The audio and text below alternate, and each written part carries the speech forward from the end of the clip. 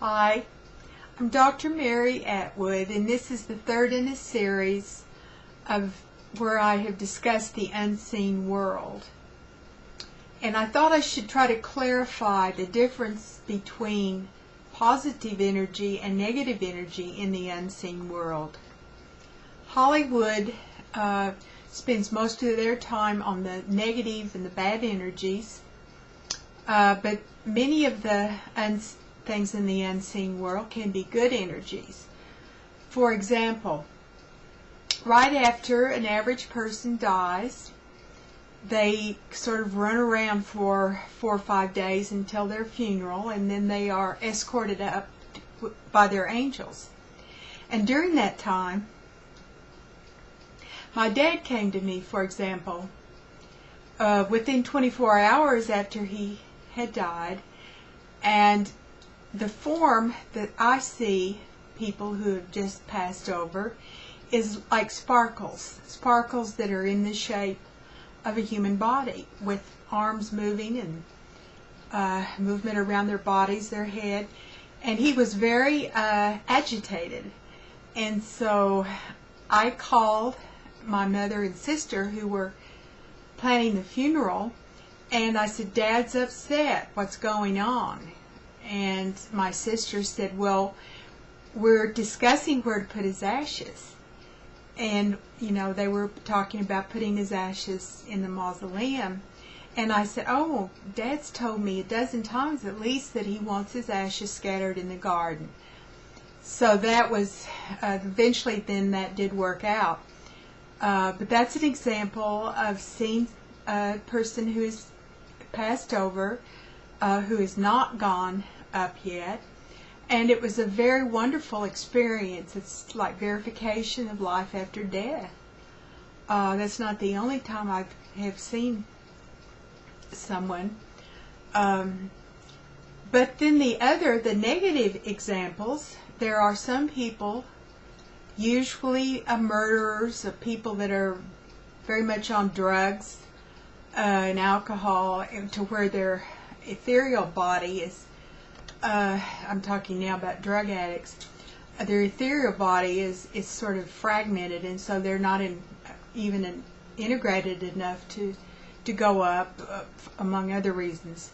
The murderers can have very bad energy, and the house that I talked about in my last video, the haunted house, had a person who wasn't all that pleasant. And the energy was dark enough, as I mentioned, people that were renting the house started drinking. And one of the ways, I didn't tell you how I got rid of that bad energy. I had to hire someone that knew how to take away the bad energy, get rid of the ghost in the basement, and bend the earth ley line, the bad earth ley line that ran through the house, over the house. So I wasn't, that's not one of my specialties. I couldn't have done it. I can do some other types of clearing in your house, and I will get to that in a minute. So the bad energy was manifest not only, like I was mentioning, in my house by poltergeist activity, pipes breaking, washing machines turning on, flooding, all sorts of things. So that type of really severe poltergeist activity needs a specialist in that area to help you. Now, in the average house has some negative energy in it, simply because we're all, we live in a fairly frantic world. We all have more to do really than we can do comfortably. We get off worrying about things, we're fearful, we're angry, so forth. So all of these things are in your home, your own energy, your own bad energy, sort of floating around like in a thought form.